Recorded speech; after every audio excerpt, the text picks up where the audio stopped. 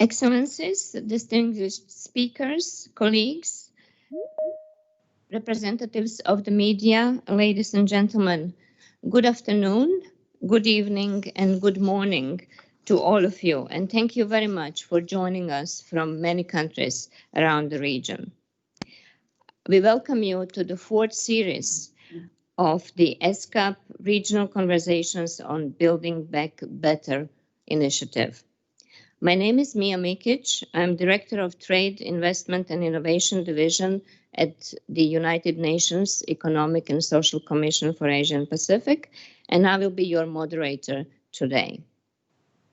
Trade and investment, especially combined through the supply chains, have propelled Asia-Pacific countries to the rank of the fastest growing economies with significant achievements on social and environmental fronts. Yet, 2 decades into the Asian century, the pandemic is threatening to take away a large chunk of this progress.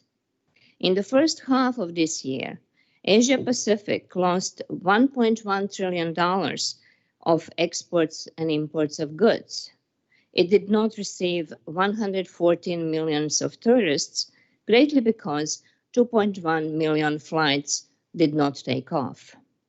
Now we understand that disruptions in supply chains and connectivity can do lots of harm, and our focus today is on how to make them more resilient. To set the scene for this conversation, I would like to invite Ms. Armida Sosiah Aliciabana, Under-Secretary General of the United Nations and Executive Secretary of UN ESCAP, and convener of the Regional Conversation Series on Building Back Better, to provide her opening statement. Ibu Armida, floor is yours. Thank you. Excellencies, distinguished participants, colleagues, ladies and gentlemen, a warm welcome to the fourth event of our Regional Conversation Series on Building Back Better. Today's regional conversation is about resilient supply chains and connectivity. This is a very important topic in these very challenging times. I appreciate the participation of member states, UN family, and experts for sharing their insight and best practices today. Let me give you, by way of background, the regional context. The region as a whole was off track with many, if not all, SDGs as the COVID-19 pandemic started to spread, first in our region and then across the globe. In addition to quickly causing a serious health crisis, it has accelerated already existing trends rising from geopolitical frictions, socio-economic challenges, as well as from asymmetric technological advances. Global trade and FDI were stalling, as did the average economic growth. Inequalities in terms of income and access to opportunities were deepening. Gaps in access to internet, knowledge, and technology were widening. On the COVID-19 impacts on trade and connectivity, which is the focus of our discussion today, again, global merchandise trade volumes declined by about 14% in the second quarter of 2020. This is even more than the drop recorded during the global financial crisis. Although Asia fared better, but this is, of course, in times of this, better, but still declining significantly. But compared to other regions, for example, Europe and North America, all countries imposed some sort of border controls to contain COVID-19, and that affected services sector even more. While tourism sector was the worst hit, again, in one numbers or one information, one data says that tourist arrivals plummeted, dropped as far or as much as 90% year on year. That was like 2 or 3 months ago. Travel restrictions and border controls have left no supply chain untouched. COVID-19 related transport containment measures are predicting a drop in global freight transport volumes by up to 36% by end of 2020, with the highest reduction projected for Southeast Asia. Central Asia, and parts of South Asia. Additional inspections, reduced hours of operation, road closures, border closures, and increases in transport costs could lead to an increase in trade costs by 25%. Nevertheless, there are some positive signs. For example, new export orders were growing in 14 of the 38 economies in our region. Others were trending in the right direction and could start seeing growth soon. Most countries have halted implementing new export controls for the essential pandemic-related goods, and many have maintained import-enabling measures introduced for the same sector. But certainly, we need to do more. There is a clarity that making the regional connectivity network smart, meaning digitalized, resilient, meaning multimodal, as well as more environmentally sustainable, meaning decarbonized, is indispensable for withstanding the impact of the pandemic and ensuring less protected recovery. Yeah, so with this background in mind, this brings me to the set of questions that I hope can further discuss during this event. Yeah, first, just quickly go over the more or less five set of questions. First one is there are many calls for the redrafting of global and regional value chain architecture. So how can we make sure that these changes will preserve the benefits for integration of trade and investment that developing countries in our region have experienced over the last decade? Second set of questions is, do we still believe that there is a trade-off between efficiency and resilience of supply chain? Third question, what can be done to accelerate this digitalization and access to frontier technology to improve cross-border trade and transport connectivity? Fourth, how should regional trade and transport cooperation evolve in order to better support countries in Asia and the Pacific, especially how can we maximize the potential of agreements, both in transport and trade, that are already in place? And the last question is building back better means digitalized, resilient, decarbonized. And for this, how can we forge partnership among the key stakeholders to incorporate the three elements for us to better move forward? Again, I'm very much looking forward to your deliberation, reflection, and thoughts on these focus issues and areas. Thank you very much. Thank you very much, Ibu Armida, for framing the conversation and for identifying these priority issues to be discussed today. I would like now to pass the floor to Mr. Yang Kim, Secretary General of International Transport Forum of OECD, to deliver his keynote remarks. Mr. Kim, floor is yours. Thank you, Executive Secretary Ms. Armada Alice Jabana, for your kind invitation to participate in ESCAP's regional conversation series on Building Back Better. It's my honor to be here today to continue the dialogue on increasing transport and connectivity resilience as part of COVID-19 recovery, which the ITF and ESCAP have started in July through our joint webinar on preserving transport connectivity and building freight transport resilience in ASEAN. I'm also pleased to see that the joint webinar has led to a concrete project on the development of guidelines for a resilient and sustainable COVID-19 recovery pathway, focusing on international road freight transport connectivity in ASEAN. The impact of COVID-19 on freight transport has certainly been stark. The ITF estimates that global freight transport will decrease by 25% in 2020, with the highest impact on international freight transport of a 37% reduction. However, logistics is recovering now, showing the resilience of supply chains. The COVID-19 pandemic has raised the awareness of the importance of freight and logistics. Governments have responded rapidly and reacted accordingly. to ensure the safety of drivers and crew members while enabling the flow of goods. Governments would now need to reboot to recover from COVID-19. Some examples include the implementation of new information systems and data initiative, as well as digital, paperless, and contactless logistic operations. Lastly, governments need to reshape, not just rebuild, but use COVID-19 as an opportunity to reshape cities, infrastructure, systems, networks, and transport modes. Efforts to improve post-COVID-19 supply chain resilience can yield environmental co-benefits through supply chain collaboration and greater asset sharing.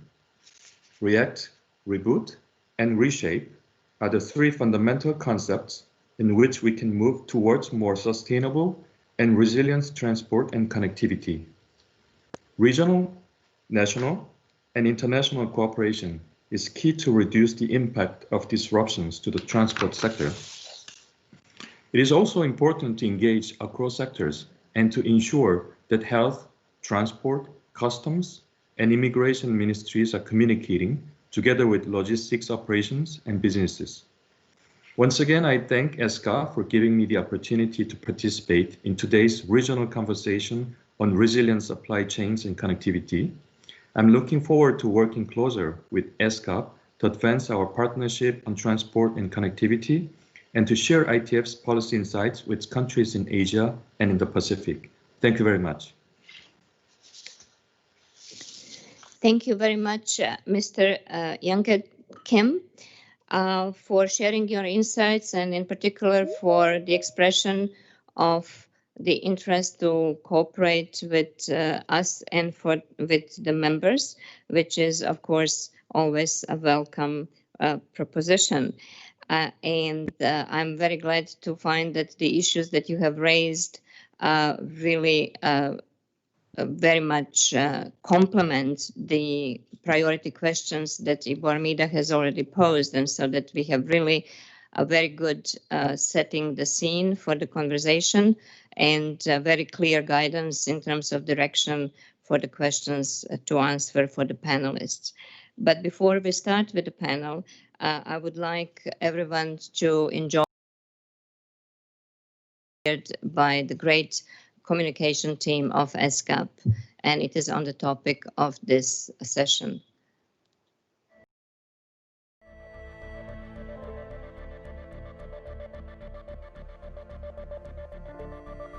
Bikes take us where we need to go.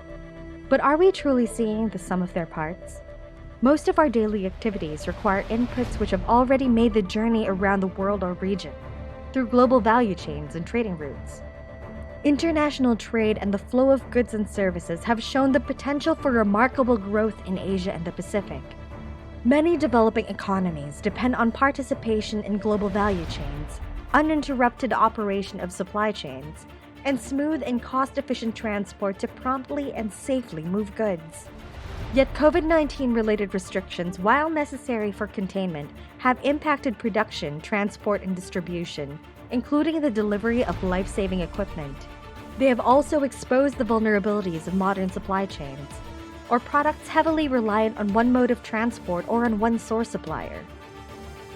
Can we rebuild supply chains and connectivity, aiming for a more resilient, inclusive, greener future? The answer is yes. If we pursue easier cross-border trade and transport through digitization, contactless transactions, and facilitated border checks to connect everyone to the global economy. Diversify freight operations to include multiple modes of transport, like rail, inland navigation, and coastal shipping, and intensify our work to make supply chains grow sustainably while protecting our planet. We are working together across the region through cooperation to strengthen connectivity and supply chains for better recovery and sustainable future.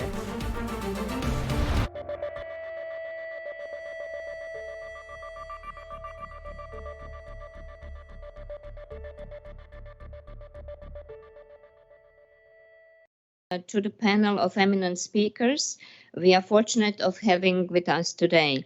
They include government officials, representatives of international organizations, academia, and private sector. Our first panelist, Excellency Apuradi Tantraporn, Senator and former Minister of Commerce of Thailand, unfortunately had a scheduling conflict, but she has sent us a video statement. We ask her to comment on Thailand's experience regarding the participation in value chains and if and how the pandemic might impact its future position. This is what she had to say. May I please have the video? Thank you, Dr. Mia, and thank you, UNSCAP, for the invitation to join this conversation about resilient supply chains and connectivity. Continuing from the conversation regarding the state of the post-COVID world, I would like to add some of my personal experience in the trade community and humbly suggest a way forward. To begin with, let us start with the structure of the global supply chain or the international trade regime in the new normal. COVID-19 has exposed vulnerabilities of the thinking that companies use to design their networks of overseas location. Hence, the readjustment we might soon observe, I think, will take the three following forms. First, companies will no longer be reliant on a single source of supply. While the newspaper headlines talk about moving away from China, I think in general, every industrial clustering across the globe will experience certain level of exodus in the long term. Second, companies will vertically integrate to ensure continuous flow of supply. This approach, in contrast to finding alternative or additional source of supply, gives more certainty over supply chain continuity. Third, supply chain retraction. We are seeing countries issuing policies that will ensure availability of critical goods against the possibility of the future outbreak, the implication of which involve supply chain repatriation and possibly protectionist thinking. As an advocate for a freer and fairer international trade regime, I am most concerned about the last impact of COVID-19. The world has traveled far to achieve this level of international connectivity in terms of trade, supply chain, transportation, or even cross-cultural understanding. Despite the expected dim and gloomy atmosphere I believe the world might endure in the coming months, I still strongly believe in the power of cooperation and mutual interest. The achievement of Thailand has today, in terms of industrial development, surely would not have been possible without the correct mindset of the policymakers of the past. Country proactivity in terms of trade and integration at all levels, regional and beyond, was and remains a key driver of the Thai economy. Specifically, cooperation must focus on re-enabling global trade. Governments must proactively assisting companies, especially the MSMEs, to find new opportunities abroad. Policymakers must listen to the demand and needs of the private sectors. FTA negotiations and other mitigation measures must be able to address their pain points. In a nutshell, despite the eroding trust in government institutions around the world, public participation and communication are now more crucial than ever. For Thailand, I believe that our trade strategy in the new normal should not change, but is in fact must accelerate. I hope that Thailand will push forward for new trade pact on all fronts, bilateral, plurilateral, and multilaterals. We hope that our countries would share the same views as we do in the process of global recovery. In summary, despite the damage of the global supply chain against the backdrop of localization and nationalism, countries of the world should continue to think positive and strengthen regional ties and invest in digital transformation in order to grow and remain prosperous.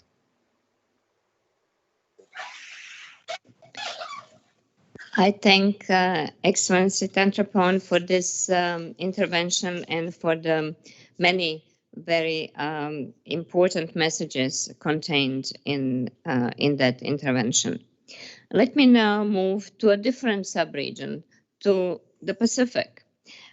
Ms. Mere Falemaka, you are representing Pacific Islands Forum in the World Trade Organization. The constraints for the small island developing states to participate in supply chains are well known.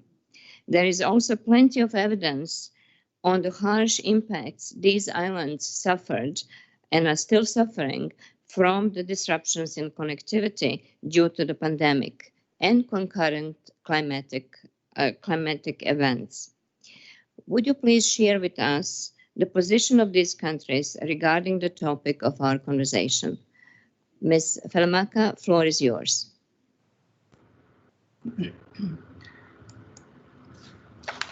Thank you very much, Director Mia, and thank you for framing this excellent question. And good morning to you all from Geneva, to all eminent speakers and guests who are sharing with us in this regional conversation on building back better. Let me also thank UNESCAP for inviting the Pacific Islands Forum Secretariat to this event. You are correct, Director Mia. The Pacific Forum Island countries are very much accustomed to structural challenges due to our smallness and isolation, making it difficult for our countries to integrate in global supply chains. In fact, one could argue that COVID-19 is offering the world a hands-on experience of typical challenges faced by a Pacific Islander. We, the Pacific people, are very much used to the tyranny of distance and to live in relative isolation. A challenge in terms of trade, but it has, in the face of COVID-19, turned out to be a blessing, as many of our islands remain COVID-free. In fact, 10 out of the 12 countries with COVID-19 free status are from the Pacific. However, the Pacific is not immune, not sheltered from the economic impact of COVID-19, which has been significant and immediate in our region. The economic forecast for the Pacific indicates a contraction of 4.3% in 2020, owing to the shutdown in tourism and decline in remittances and exports. The Category 5 cyclone Harold, which struck 4 Pacific countries in the height of our COVID-19 preparations, is also a stark reminder of our continuing vulnerability to natural disasters, which are occurring more frequently and with increasing intensity. Unfortunately for the Pacific, COVID-19 has further exacerbated pre-existing challenges for a region with high trade costs and has also exposed our region's over-dependence on international trade and on a few sectors, compromised some of our most profitable value chains, and triggered knock-on effects which are likely to harm our long-term development perspectives. Because of the weaknesses of our health systems to cope with COVID, Pacific leaders decided to close our borders soon after the pandemic was announced. While this decision has spared our countries from a health catastrophe, it has also meant a substantial shutdown of the tourism sector. For example, in Fiji, visitor arrivals are expected to decline by 75%, and hotels have laid off around over 100,000 workers in the sector. The economic impact has initially been felt by businesses which directly serve the tourism industry and has quickly expanded to other sectors, including those businesses serving the tourism sector. Knock-on effects are also impacting overall consumption, investment decisions, and reducing business confidence in a way which is likely to reduce our long-term productive capacity. Given our limited share of merchandise trade, the decrease in global demand for goods triggered by lockdowns has only produced a limited impact on the Pacific, meaning that countries less dependent on tourism are expected to suffer less and recover faster than popular tourism destinations. However, also in the goods sector, new challenges compound existing ones, which risk undermining our development aspirations. Given its isolation, the Pacific is a region with high trade costs. Faced already with one of the highest transportation costs in the world, the Pacific region has suffered very much from the increased freight costs caused by COVID-19 related disruptions to global logistics. The very high increase in freight costs, the mode of choice for transportation, those low volume, high value products which our governments have been convincingly supporting in the past has made certain export markets and products simply uneconomical. Unless borders reopen and regular flights are established, profitable niche markets may be lost forever. Border closures have affected other important aspects of our economies, including our ability to undertake seasonal work and remit, as well as our ability to source temporary foreign workers. The breakdown of important value chains that the Pacific depends upon, the flow-on effects felt on other sectors, and the export restrictions, especially on essential products such as food and medical supplies, introduced by some countries in the wake of the pandemic, have generated a renewed interest to rebalance our economies towards agriculture. Whilst enhancing agriculture is certainly a worthy task, it is a long-term process which requires improvements in the entire value chain to the point where we can produce exports. And we should not forget that the region is prone to natural disasters, as I've mentioned before. I wish to remind this meeting that the cyclone season is also around the corner for our islands, for our region, and we shall expect natural disasters to strike again. But as we rebuild from COVID, we want to ensure that the Pacific is not left behind. And I particularly thank this regional conversation for integrating the Pacific. It's absolutely clear that without reopening the borders and reestablishing regular connectivity, the Pacific countries most affected by COVID have limited chances to recover from the current crisis. And then the longer it takes, it will take to reopen, the harder it will be to recover. To reopen borders, we need vaccines which are tested, mass-produced, and distributed. While the Pacific region collectively advocates the cause of global vaccine, there is also a useful homework to do in a few areas. One such area is strengthening our members' quality infrastructure systems to COVID-proof the economy. Is something we can allow our borders to reopen faster. This includes adoption of standards and protocols which seek to protect tourism workers, restore travelers' confidence, ensure social distancing, and putting in place the necessary cleaning and hygiene procedures which are aligned and agreed with international practices. Adoption of standards and protocols should go hand in hand with strengthening of quality infrastructure institutions and service providers so that our countries are able to provide acceptable evidence to tourists that the requirements are met in our domestic markets. I'm therefore pleased to say that the Pacific Islands Forum Secretariat is coordinating a quality infrastructure initiative which supports a regional approach to the establishment and implementation of priority standards and which has the potential to COVID-proof our economies and promote resilient trade. Another area, as mentioned earlier by our other distinguished speakers, is the ICT sector, digital trade. The ICT sector and electronic commerce is one of the few economic activities that has grown exponentially in 2020, driven by the need to implement social distancing. According to the OECD, digital trade increased 50% year-on-year in Europe, doubled in the US, and grew 40 to 80% in Asia Pacific. Lockdowns will eventually be lifted, but in the interim, new buying habits have been established, which are due to stay even after the pandemic. Given the above, the ability of businesses, specific businesses, to trade their goods and services electronically has become an even more important determinant of their future growth.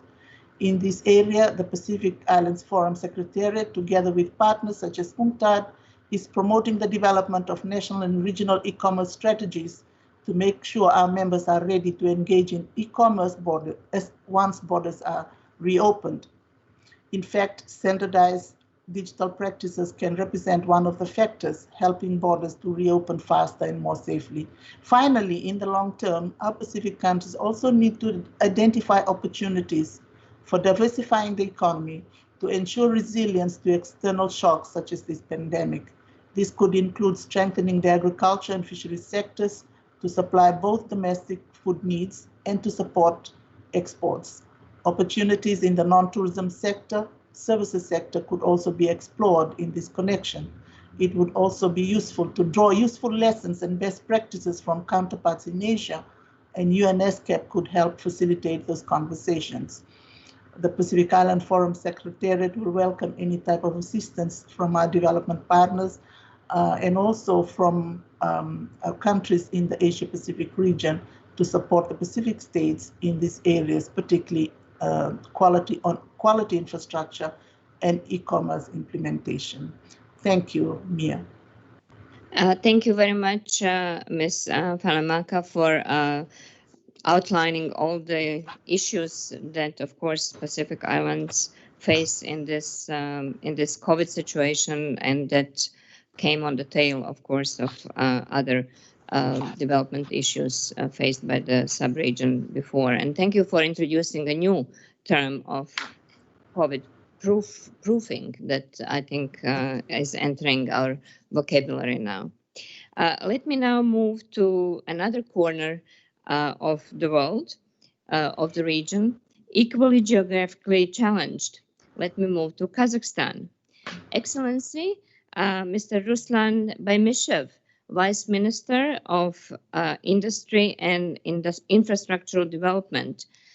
Can you please share your views on necessity for resilient transport connectivity and how to utilize digitalization and frontier technologies to reach that goal? Vice Minister, you have the floor. Thank you. Good afternoon, dear participants, ladies and gentlemen. On behalf of the government of the Republic of Kazakhstan, let me welcome you, welcome all participants of this event. Please accept my sincere congratulations of the occasion of the 75th anniversary of the United Nations. First of all, I want to thank UNESCAP for the invitation and excellent organization of this event. I want to assure that we are always open to a comprehensive dialogue and development of close cooperation with the UN member states. Integration to the world transport system has always been one of the main descriptions of development of the Central Asian countries that do not have direct access to the sea. Kazakhstan is actively working on integrating the transport network into the Eurasian transport system and make a significant contribution to its development. Development and modernization of the transport and logistical infrastructure of the Trans-Kazakhstan routes were carried in the accordance with the Kazakh state program Nurly Zol. More than 2,500 kilometers of new railways have been built. Currently, the total length of railways is 21,000 kilometers. 16 kilometers of which is the operational lane in the main railworks network. The constructed main railways and the road infrastructure, as well as the late air roads, formed a new frame of transcontinental corridors from Asia to Europe, the countries of the Caucasus, Turkey, the Persian Gulf, and increase the level of connectivity of Central Asia countries with other countries. For further simplify and speed up the procedures, digitalization of transport process is actively underway. Preliminary information and electronic declaration have been introduced. One Belt, One Road was introduced by the President of People's Republic of China, Xi Jinping, in 2013, during his visit to the capital of Kazakhstan. This initiative played important role in the development and integration of transit Kazakhstan routes. The integration is supported by cooperation plans signed by the government of two countries on the continuation of the Kazakh Nurly Zhol new economic policy and construction on the Silk Road economic belt. This provides of the development of corridors in the direction of China, Kazakhstan, Western Asia, China, Kazakhstan, Caucasus, Turkey, and China, Kazakhstan, Europe. As a result, we are able to offer a competitive alternative to traditional trade roads such as Southern Sea Road, Trans-Siberian Railways, and today it is possible to deliver cargo from Asia to Europe through the Kazakhstan in 12 or 15 days. The typical results of the work within the SPECA framework of implementation of projects of the development of transport infrastructure and connectivity with increased national capacity in field of the roads safety, simplify border crossing procedures, and etc. Together with the OECD, work is underway to improve trade and transport connectivity in Central Asia within the frameworks of the optimization of local value chains agreement.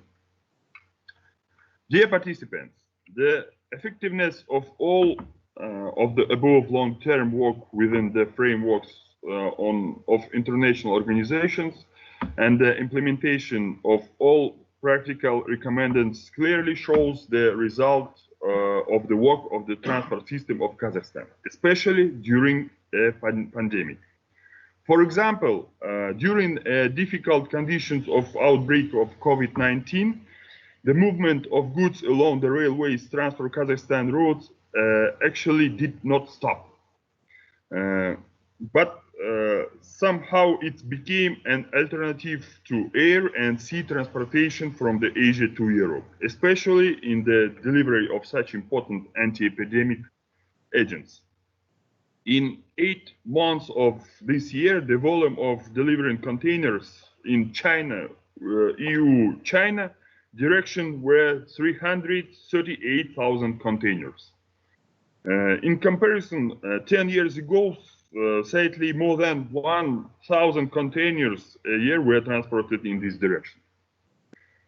The efficiency of transport corridors through the Kazakhstan will become a link stabilizing logistics and supply chains between East and West in a difficult period. I was to ensure that Kazakhstan will continue work actively in direction which contributes to increasing the efficiency, stability, and safety of foreign and passenger traffic. Thank you for your attention. Vice Minister, thank you very much for laying out all the initiatives that were done within the country and in connection with the sub-regional and across the region initiatives. That is very, very useful to know. And let me now move from these national experiences to the topic of regional cooperation, because it was mentioned by, I think, all of the speakers as an important factor in moving forward from this pandemic. And we know from before that it is really at the basement of international trade and cooperation.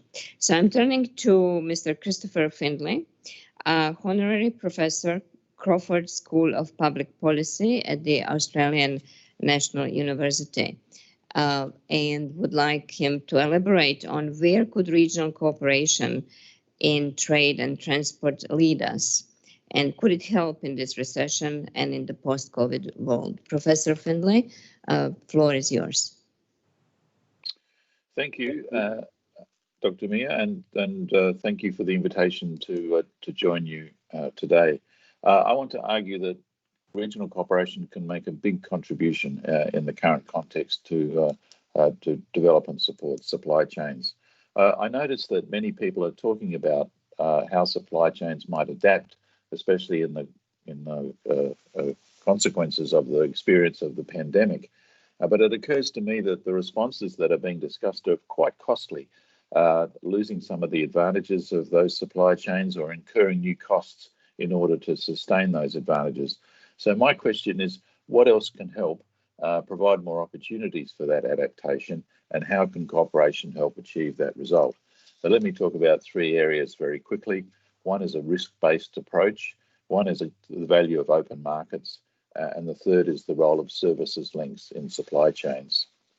I think it is useful to think about a framework for managing the adaptation to supply chains. That the observation that I've seen is that not every product has to be treated in the same way.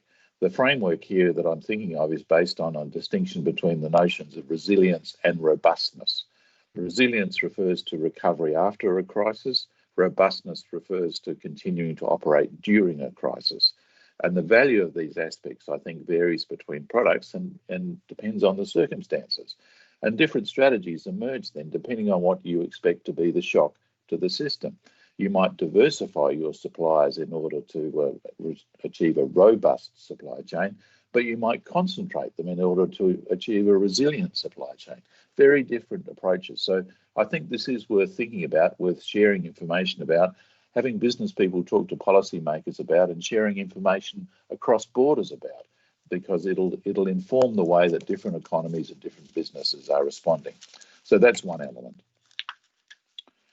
My second element refers to the value of open markets. Obviously, supply chains work better when markets are open, and there are good examples of efforts to open markets for medical products, for example, in the pandemic on the import side.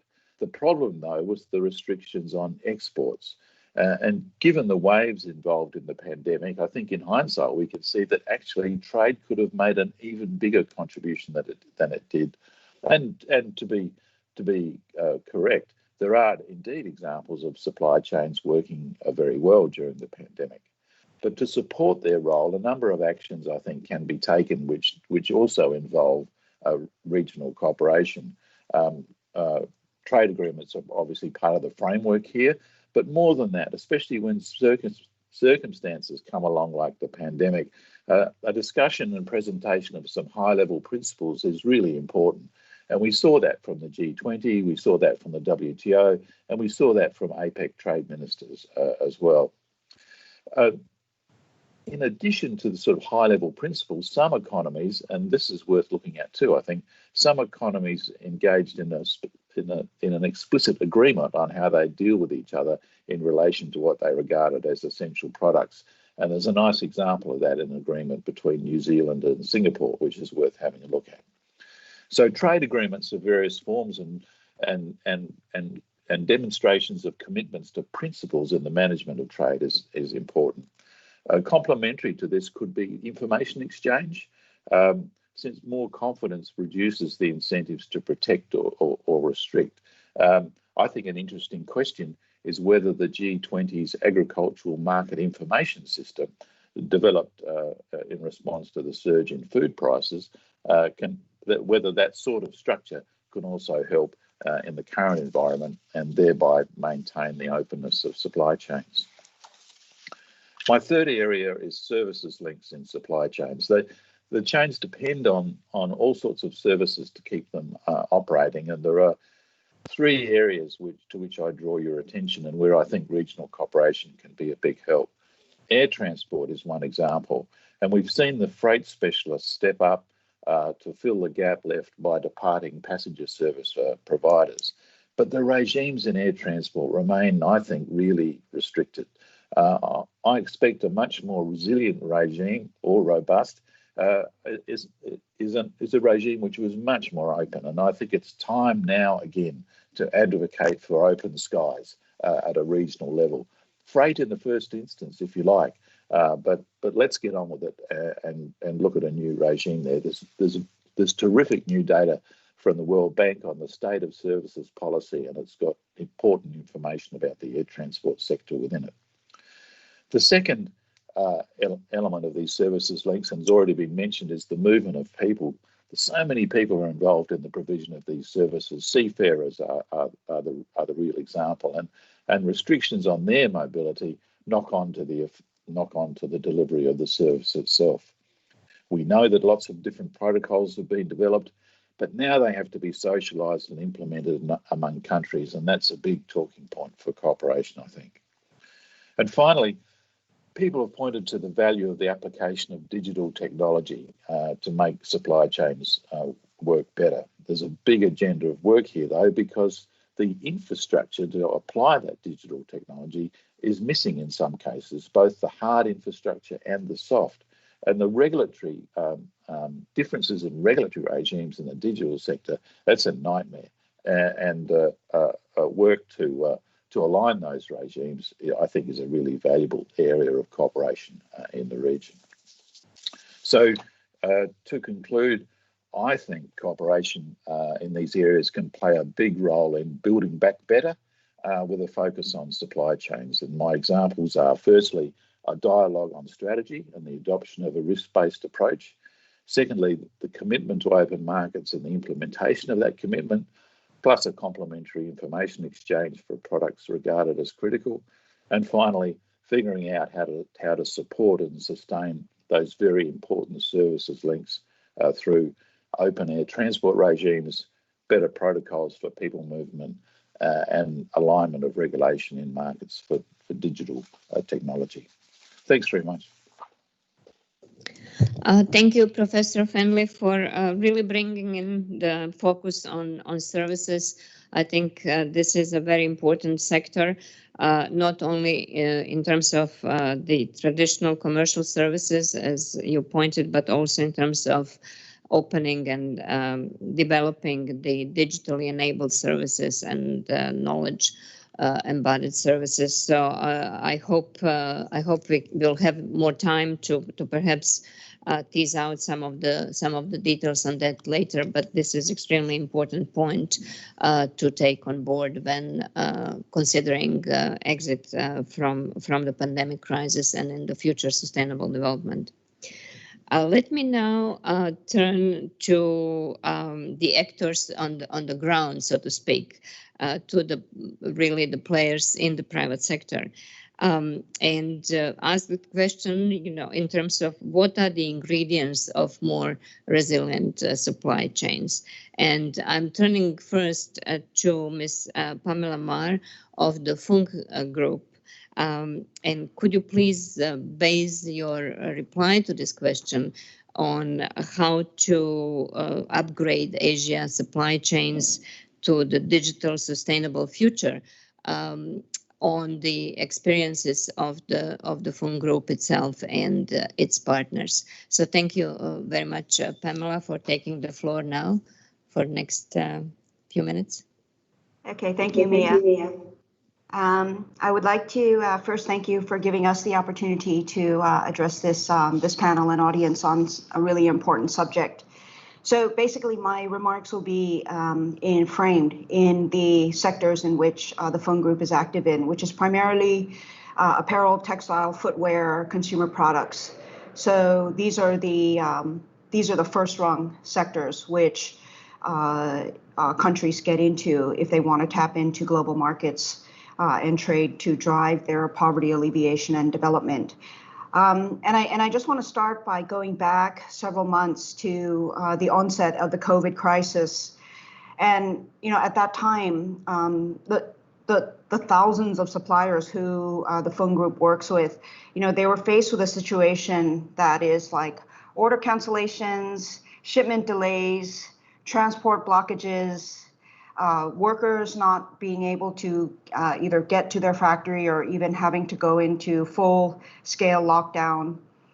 Workers being confronted with numerous issues related to their well-being, including their salary, as well as hygiene. So it was a very tense and disrupted situation. And at that time, many suppliers were really struggling to survive because they are actually very financially precarious. They don't have high margins. They don't have large cash reserves. And some of their workers are basically just in their first formal jobs off of the out of the farms and the villages. So they don't have a lot of resources to fall back on. And what we found in the supply chain at that time is that the suppliers we work with are actually very, very flexible. They're resilient. They are really innovative. Basically, the whole supply chain adapted to the digital agenda. We were doing remote inspections, remote factory visits, going online. The whole industry transformed to adopt digitalization in terms of product development, sampling, and so on, because you could not get goods in and out, and you could not actually get them sewn. So, while this was a hugely trying period, actually the supply chain came through despite the shock to supply and demand. And today, in many of the countries that we work with, which include the SCAP members, suppliers are back at 85 to 95% capacity, and the majority of the workers are back at work. And if there's any delays, it would actually be in the shipment, the transport and logistics. So it's a really key topic that we're addressing today. And so at the time that demand in the developed countries actually recovers, we in Asia were kind of ready, okay? And that's, we've learned many lessons, but I think at this point, it's the supply chain is ready to recover. Now, there's a number of things that policymakers can do to speed that recovery and to really make it a solid foundation for the theme of this panel, which is building back better. And two of them, I'll go through two of them right now before getting to my third point. The first is to recognize that the digitization of the supply chain has happened, and that we're not going back. And now the quest for the supply chain is to find what else can we digitize to achieve speed, efficiency, environmental efficiency, and flexibility that all the players on the supply chain want. And there's a key aspect that is really in the hands of policymakers, which is to go paperless with trade and to accept digital copies, as many countries have done as an emergency measure during the crisis, but really to go full mile and put digital trade kind of permanently as the preferred way of working, which is which holds all legal basis. And then to really go one step further and say, for all of the aspects that are covered in the World Bank's Doing Business report, what can we digitize? What can we go paperless on? And to really make that a reality, because it's not just the process of crossing borders. It's everything that the suppliers have to deal with, which currently it's just a lot of paper, and it's a lot of in-person visits with multiple government departments. And that's why so many countries in the SCAP region, they don't score that well on the World Bank's Doing Business. And so we have an opportunity now that the supply chain has really gone full force with digitization to kind of get the public sector to go along with that and to make make it a lot easier for the suppliers to do business. The second thing is that if digitization is here to stay, that means the suppliers are going to have to buy a lot of new equipment. Okay, so it's not only digitization, because process digitization is essentially automation. And so it's really time to address the finance gap that is felt primarily by small and medium-sized enterprises, which make up the bulk of global supply chains.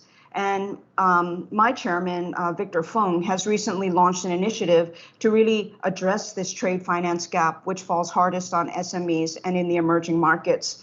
And it's not just to kind of make available sums. Of course, we want governments to really make available sums, but also to look for every area in which they can support getting SMEs more access to trade finance, including export credit insurance, and including perhaps securitizing trade finance assets, and so on. And the key is not only to make this available, but also to really go the extra mile to communicate this to SMEs who may not have like government relations departments to track all the changes in government relations. So the thing is, SMEs create a lot of jobs. They could create a lot more and solve that kind of poverty alleviation gap if they actually had access to more money.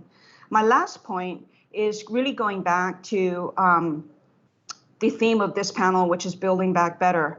And it's to say the whole COVID crisis has really caused the supply chain to reflect on its environmental impact. And it's a combination of the fact that, you know, that there's pollution got cleaned up, and people, consumers, really started looking at brands and asking, what do you stand for? And so brands now realize, the buyers now realize that they really want to make environmental sustainability a reality in the fashion industry. And so for Asia-based supply chains, we can either be go along with this as a compliance issue and just deliver the specific environmental requirements that our buyers want, or we can adopt environmental sustainability as an innovation mindset and really use this as an opportunity to establish environmentally sustainable supply chains as a competitive selling advantage for Asia's supply chains. And here we should recognize the competition is global. Okay, so the region which can deliver environmentally sustainable supply chains is going to win that business. And now in an era where countries are looking at reshoring and different locations, we need as many kind of selling points as possible. And this is a trend. It's here to stay. Now is the time for us to get serious about our commitment. And I'm not primarily talking about changing the laws. Okay, primarily I'm talking about educating people, helping change mindsets, using government procurement to create markets for environmentally sustainable goods and for those environmentally sustainable intermediate products, which are required for all supply chains doing business. So to sum up, I guess I would say from a ground level perspective, it's really clear that supply chains, the future of supply chains are digital, they're flexible, and they're sustainable. And from a business perspective, you know, we consider this, it's a joint public-private project.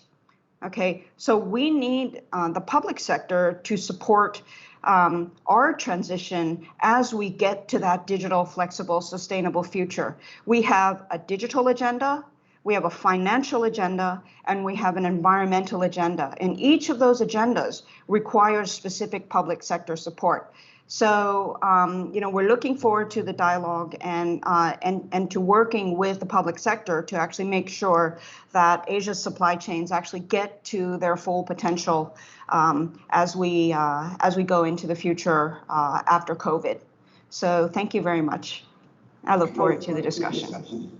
Thank you very much, Pamela. This is exactly why we in ESCAP really partner with the ESCAP Sustainable Business Network to hear very clearly from business on these action-based agenda. And thank you very much for very important messages that you brought on so many different aspects. But I think the perfect segue into my into the question for my next speaker was about really putting sustainability as the innovation mindset. And so let me then turn to the industry that really needs to address the sustainability at its core. This is of course very important, as many mentioned in many different sectors. So I turn to Mr. Stefan Graber, who is Director General of FIATA, and I'll be very specific and ask Mr. Graber to suggest the concrete views on how to incorporate sustainability principles into the global supply chains from the perspective of their industry. Thank you, Mr. Graber, for taking the floor. Thank you, Director Mikic. Thank you, Secretary General Saskia Alice Jabana, for inviting us to share with you our views on that very important topic. So incorporating sustainability into a global supply chain is a challenge because it requires a systemic approach. Logistics is by definition multimodal across transport mode and has a cross-section impact on several SDGs, such as food security, health, energy, economic growth, infrastructure, and goes far beyond the environmental component alone.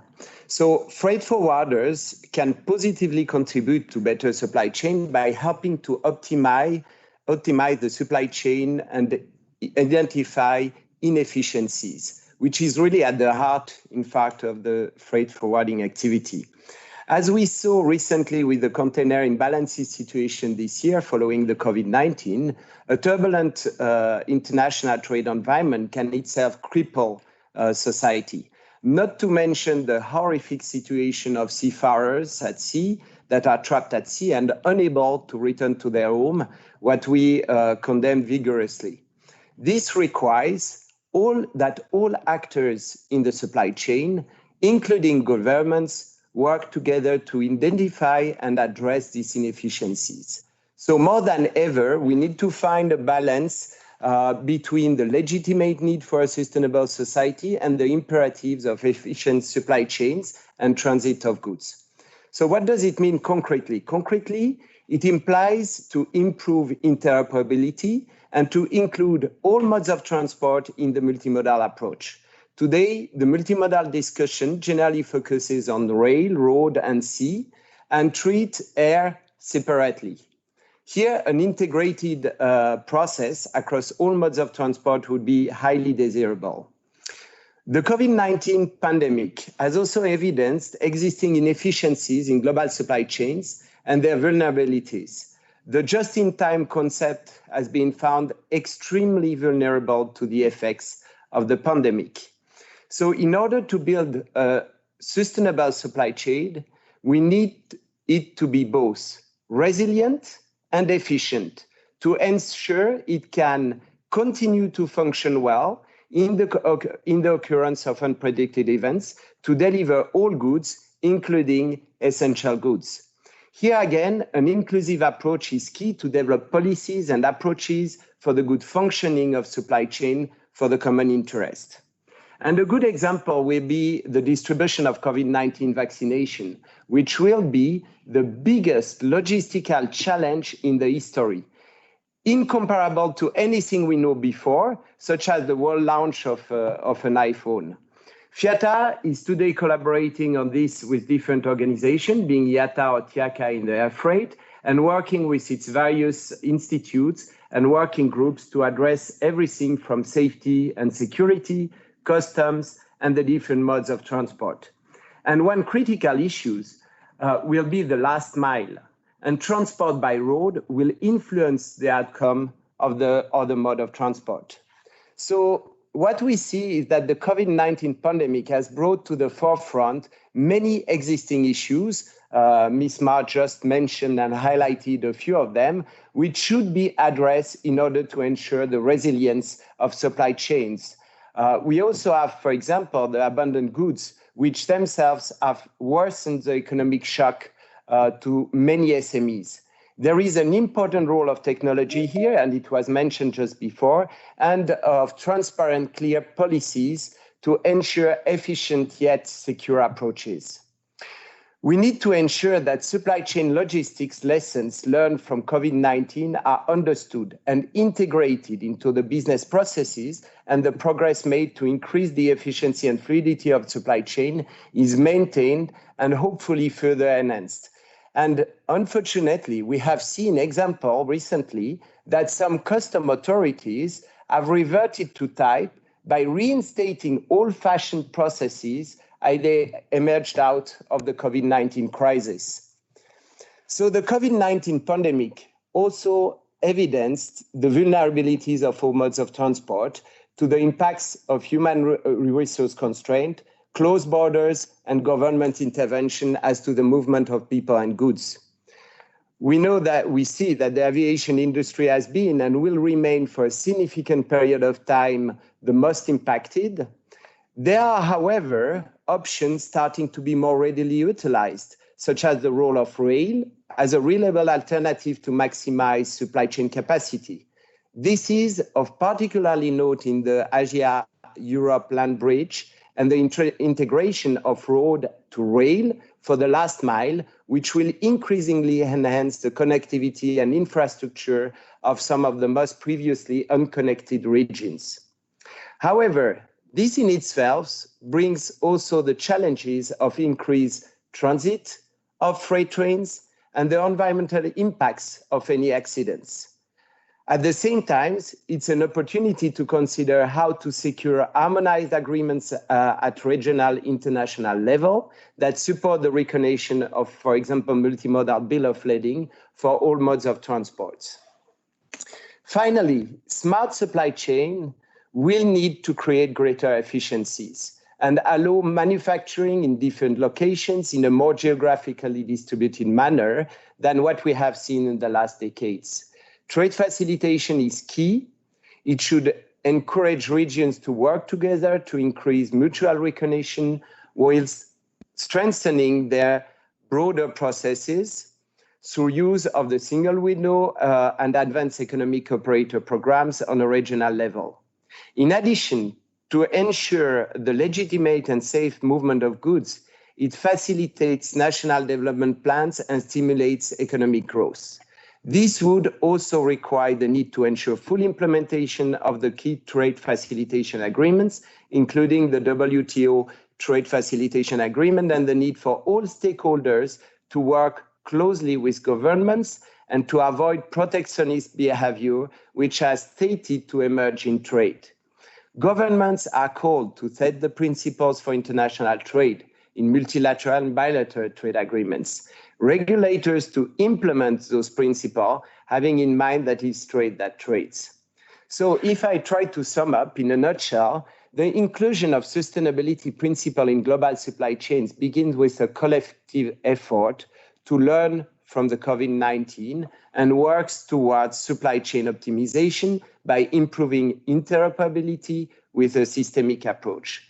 This is crucial to ensure that international trade can serve and strengthen in a sustainable way the world societies through the provision of essential services to meet their economic, health, and social needs. Presented by FIATA is looking to continue to work with the UN and all supply chain stakeholders to further contributing to the different SDGs with their expertise in identifying inefficiencies, in optimizing multimodal freight transport, and raising awareness of best practices in the supply chain. Thank you for your attention.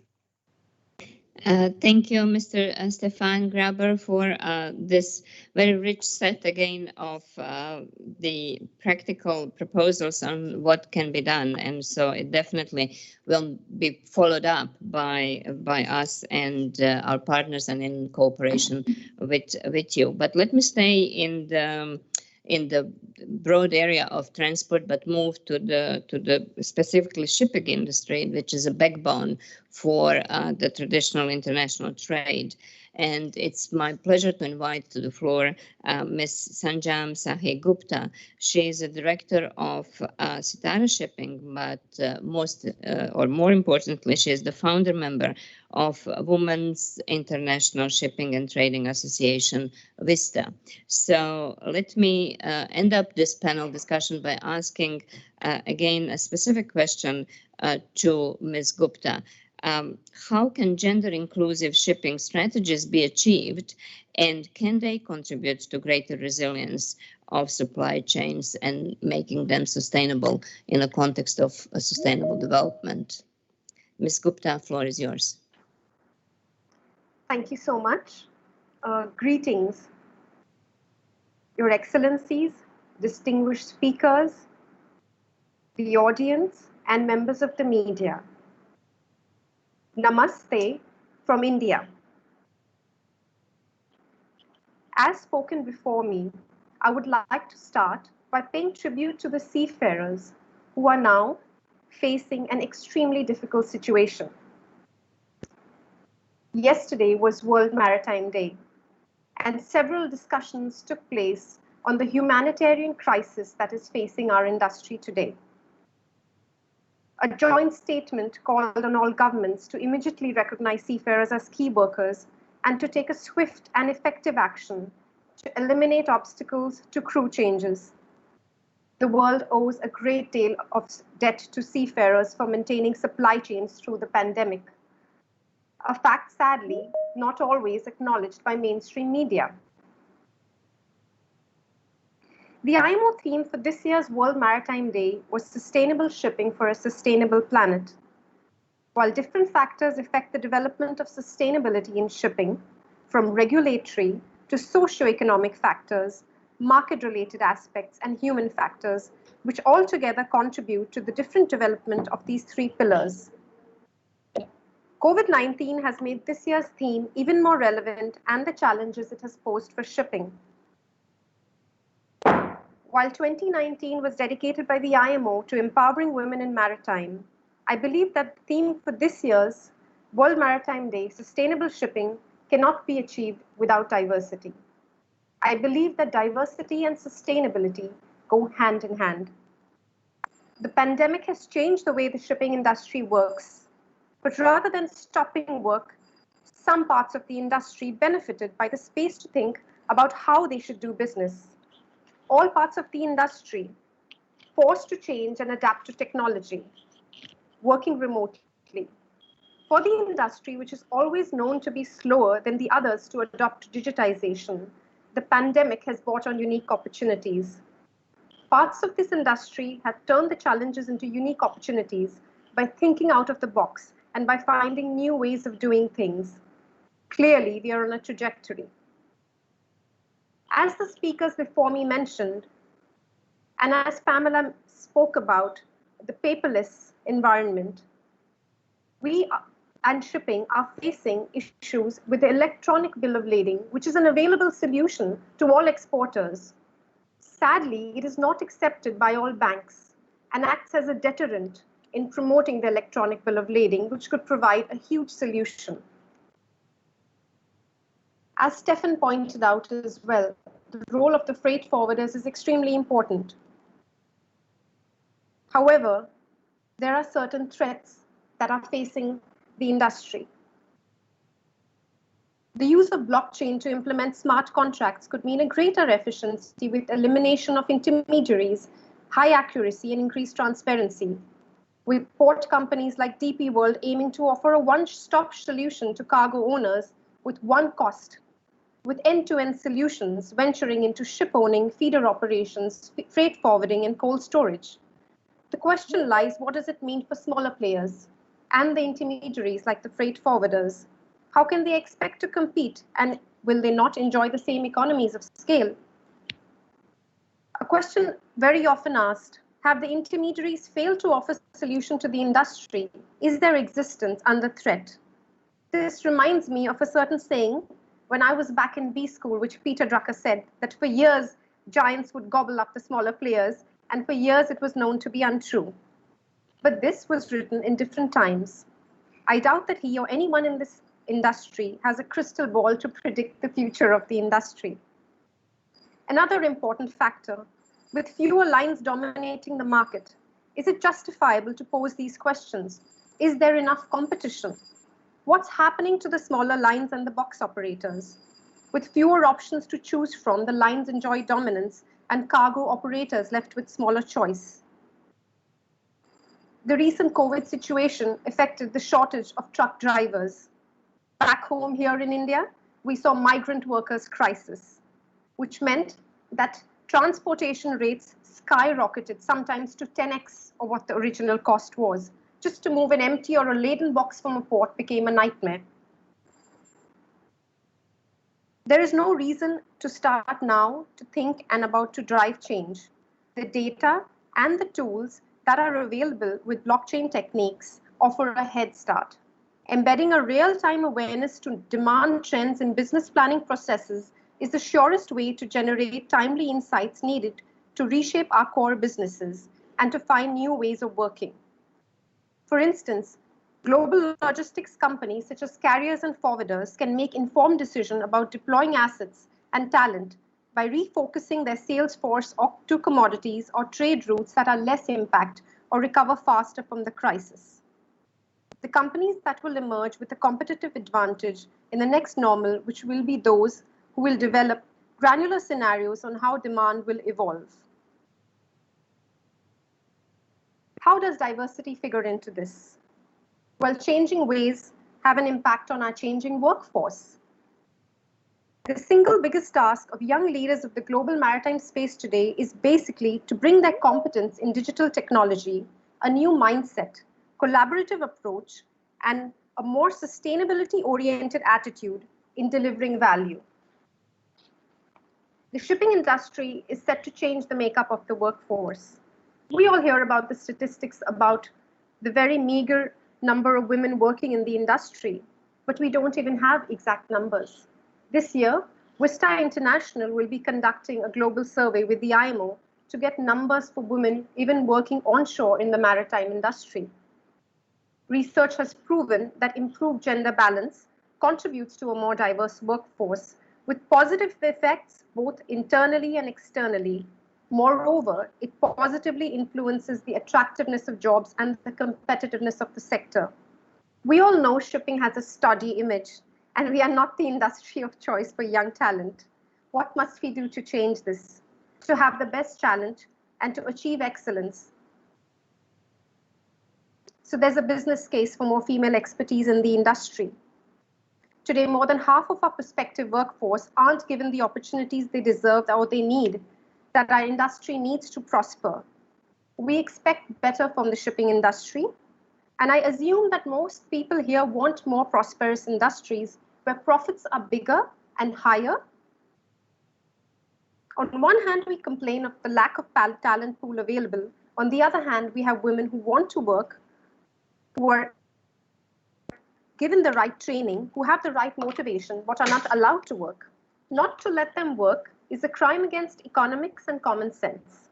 And if we want to make our industry even better and more efficient, let's give it a big boost by just letting women participate, even at the inequitable terms that they can participate, because we know that there is about a 23% pay gap in identical jobs globally. And if we rank countries on how well they treat women and the labor force participation, then the maritime industry, if it was a nation, would rank at the bottom.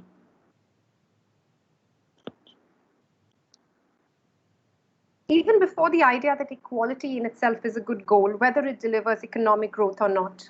But even if you are cynical enough not to believe in the idea,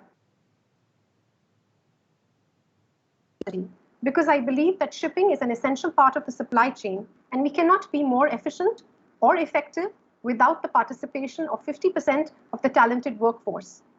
I would like to end on this note that let's talk about gender equality, and let's talk to all the players in the industry, because we have a lot of catching up to do.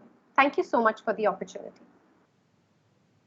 Thank you very much, Ms. Gupta, for this call to act together to improve the standing of women in shipping, but also everywhere. I think everyone has homework to do in this context. So I'm looking at the clock, and we are really very much pressed for time, and I know that we have many questions that have been sent to our team, as well as representatives from very important stakeholders group that we work with. So let me briefly see whether we can manage time well and ask the prospective contributors to be really very brief and concise and on to the point. So I would like to give the floor to the representative of our researchers network called ArtNet, who have been really working with ESCAP on so many different areas of work, including this one. And so we have a researcher, I hope, online, Dr. Nisha McDonough from the Institute for International Trade in Adelaide University, to make 2 points within 2 minutes on the discussion that has been going on so far. Nisha, are you online? I am indeed. Okay. If you can turn your camera, please, and do please keep to the 2 minutes. Okay, thank you very much, Dr. Mikic, and I would like to thank ESCAP also for this opportunity to speak. So I'll just make 2 brief points. One of them is on GVC success stories and one is on GVC vulnerabilities. And I'll speak to some of the policies we've been thinking about here at the institution in dealing with vulnerabilities. So there's been a lot of talk of failures in the system during the pandemic, and not without reason. We also need to keep in clear sight that the multilateral trading system has functioned to a high level under conditions of extreme duress and supported the international community in many ways in which an autarkic type of economy could never achieve. So let me give a little vignette to highlight this success. So many GVCs were very robust during the pandemic and supplying shortages in supplies of essential medical goods. And there was a good example of this in South Korea, where a new industry emerged in a very short order to export COVID-19 test kits to 100 countries. By midway 2020, there were 40 firms doing this. Seagin was one of the biggest. And I'll just quickly give the timescale it was able to scale up. On the 16th of January, the firm started to develop tests for detecting the coronavirus. By the 5th of February, it was ready with an initial test kit that was approved for use in Korea by the end of that month. And 1 month later, the company was producing 1 million test kits per week. And production was increased to 3 million test kits by April, and 90% of these were available for export. This type of outcome, I think, needs to be clearly communicated to the publics globally to make the case for trade in a time of growing skepticism and pushes for inward national autarkic policies. So that's a communication opportunity. Vulnerabilities in a single source of supply have been an issue, and we should keep a clear eye on that and how to deal with it.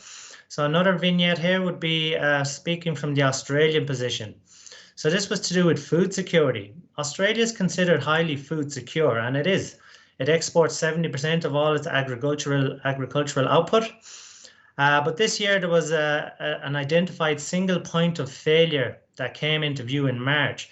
So in this period, there was drought-breaking rains across the country, and this generated a massive spike in demand for farm inputs, pestilence control and fertilizer.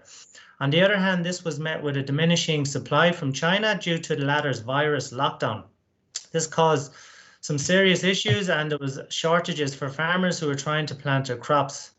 Again, highlighting that a classic example of a single point of failure. So this is where excessive concentration can be a very big problem.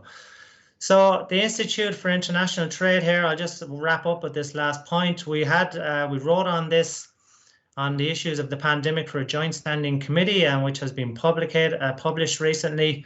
And some of the policy recommendations which we identified for this type of supply chain failure would be to introduce a federal level support for a +1 supply chain diversification policy, particularly for essential goods, national security and food security needs. Set up a multi-stakeholder dialogue. This would include business, government, academia and civil society to identify a path forward for identifying and managing supply chain risks for critical enablers of national security, and consult relevant stakeholders, assess the feasibility and impact of a risk diversification requirement for all firms. Now, the reason we understood this to be the case, because firms cannot build in national redundancy into their business plan. That's not going to happen. They have to compete on the market. So the government's role here is to set up a situation where conditions are the same for everybody in the market, and then that for the national good, and then let businesses operate under a business imperative thereafter. So this type of policy thinking should also be built into a dialogue with regional partners as far as possible. For example, Japan, Australia and India have recently announced the Resilient Supply Chain Initiative. So rather than just thinking about this in strictly national terms, they should think about this in terms of constructive dialogue with partners who are willing to push ahead at the current time, and also partners who are willing to actually engage in this dialogue shouldn't wait for the wider geopolitical circumstances to allow a multilateral solution. If that's not in the offering, they should push ahead in plurilateral terms and later dates we can try and bring that up to a multilateral level. Okay, I'll Thank leave it you at very- that. Thank you very much. Thank you very much, Nisha. Thank you very much for this contribution. And let me now turn the members, representative of member states who would like to take the floor. We do have some in the room. So the distinguished representative from the Republic of Maldives, Ms. Huda Ali Sharif, please go ahead. And since I have you in my vision and you have me in your vision, I will be raising this when your time is up. Thank you. Thank you and good afternoon from Bangkok. I'm glad to be here and share some thoughts on the subject of resilient supply chains and regional connectivity. I applaud the speakers before me for the comprehensive dialogue on such an important topic amid unprecedented conditions. I also take this opportunity to compliment the organizers for preparing a good agenda. The Maldives economy basically depended on two sectors, tourism and fishing, thrived well over the last few decades. Our country has been a development success, enjoying robust growth coupled with considerable development of the country's infrastructure in economic and social sectors and rapid expansion in connectivity. Regrettably, the COVID-19 pandemic is having a debilitating effect on the economy, especially tourism, both directly and indirectly, an industry that accounts for nearly 2/3 of the GDP of our country. According to our estimates, our GDP is expected to contract between 18% and 30% in 2020. The Asian Development Bank assessment indicated that Maldives was among the top 3 countries in the Asia region to be hardest hit by the global crisis. As the Maldives is heavily reliant on imports from food to fuel, disruptions to the supply chain resulted in massive negative impacts on the economy. We have been hit by the worst repercussions of all times to date, with a serious shortfall in foreign currency earnings generated through tourism revenue and fish exports. My government is working tirelessly to mitigate these effects, to continue imports of food, medicine, and other essential goods needed for our people, to reduce the bureaucratic burdens at the borders and promote synergies among border agencies, empowering national trade facilitation personnel, improving customs automation and standardization of documents are critical for the smooth movement of goods. COVID-19 has overturned a lot of previously comfortable assumptions. With its many challenges, the pandemic is fast becoming the biggest, most sudden and a lengthened series of transformations.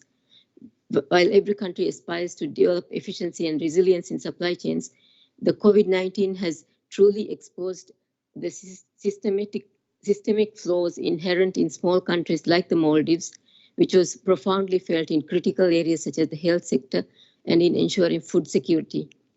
Investments to improve warehousing, port facilities, and necessary equipment is vital to ensure stock of essential items for an import-dependent country like the Maldives.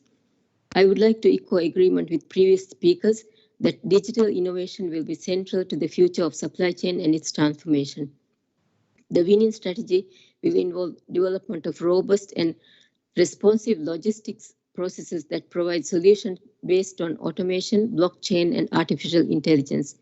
In order for us to reach such levels of sophisticated supply chains, we require the support of our partners.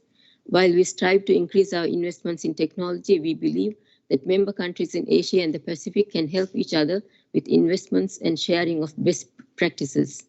As such, harmonized electronic exchange of data in digital transport corridors is important to reduce bureaucracy and red tape.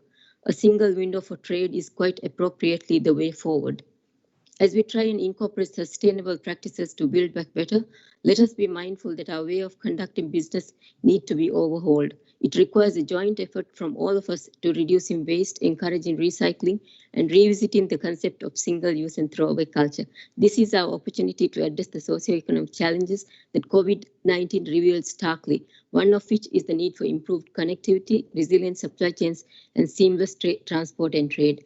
These challenges are interwoven with the SDGs.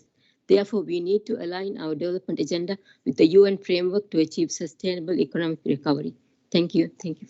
Thank you so much, Ms. Ali Sharif, and thank you very much for keeping to the time. I have the distinguished representative of China, please. Thank you, Ms. Mia. Excellencies, distinguished delegates. At present, the COVID-19 pandemic is continuing spreading around the world. The world economy is sluggish. International trade and investment have shrunk sharply. Unilateralism and protectionism are rising, and the circulation of the global industrial and supply chains are blocked. Facing challenges, the Asia-Pacific region, as the main engine of the world economy, should pursue open and inclusive development, remain committed to building an open world economy, and uphold the multilateral trading system with the WTO as a cornerstone. We should say no to unilateralism and protectionism and work to ensure the stable and smooth functioning of global industrial and supply chains. These are also vital factors of economic recovery in the post-pandemic era.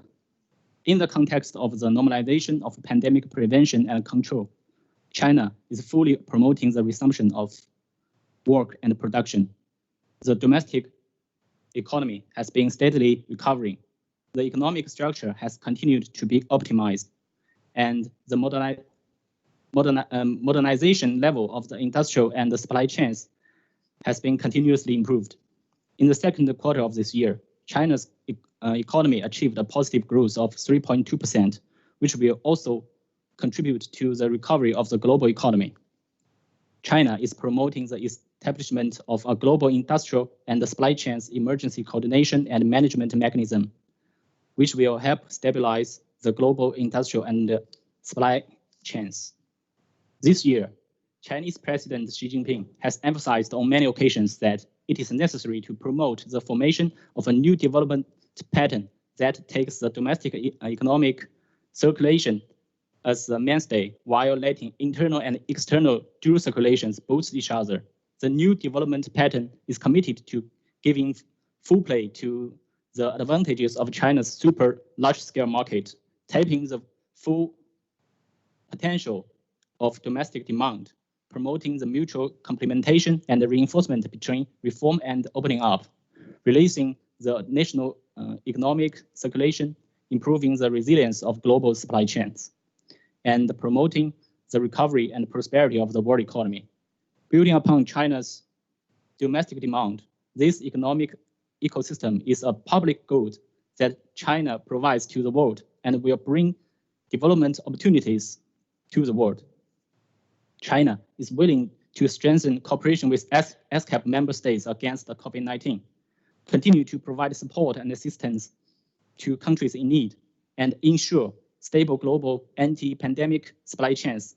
China supports ESCAP in carrying out policy research and practical projects in strengthening regional supply chains and transport connectivity, so as to play an active role in helping member states get rid of development difficulties as soon as possible and promoting sustainable development in the region. Thank you for your attention. I thank the distinguished delegate from China for the statement. I'm just looking around the room, and I'm looking also at the hands raised in the SM Teams, where the government officials had the opportunity to raise their hand, but I don't see any. So I'm gonna turn. I'm asking my team for the help. No hands raised, right? Okay, good. So I'm now turning to the questions from the online audience, and I have to say that in the interest of time, we'll try to cluster the questions and group them under certain topics for the speakers to respond. And unfortunately, I can't go in any logical order or in order of speaking, but in the order of these questions, how they arrived and how we were able to group them. So the first a type of or group of questions relate to the challenges and opportunities to countries that are really landlocked or least developed countries that, as we know, also least developed countries, many of them in Asia, face the graduation challenges on top of everything else. And so if I may go to Mr. Kim, Yongtae Kim, to ask what would be the best practices on transit disruption for these landlocked countries and especially those that are also least developed. Mr. Kim, the floor is yours. Thank you. This is a really difficult question in this uncertain situation, especially. But I think we can say that we need to have a platform for sharing information and the platform for making some guidelines together. At this unprecedented crisis, we cannot really have that already structured. But maybe when we talk about in the future situation, maybe we can create some platform. I will give you one interesting example, because in Europe, for example, since 1974, we have ECMT multilateral quota system. So all the 43 countries in Europe, they sign a protocol and facilitating the free circulation of the freights and goods. And if they have some licenses, they can really cross the border easily. And that worked really in this situation in Europe, because ITF provided a platform for sharing the real-time information about border crossing restrictions. And no country really wants to close the borders, and they are forced to close the border for temporary the measures. So I think two things are important: the creating a platform, maybe in ESCAP or in any other Asian Pacific related international organizations, for sharing information and the developing emergency measures for the essential workforce, like drivers and supply chain related the people. And also the member countries should upgrade their restrictions in real time so that they can really be useful for the workers in related territories. So I think that's very important thing. And also the cooperation with international platform is also important, because one international organizations cannot cover everything. And in Europe, for example, ITF is in cooperation with the UNECE, covering a European territory, and also International Road Federation and Road Union that are directly related in that field. So I think we can think about that for reshape our measures in the future. Thank you very much.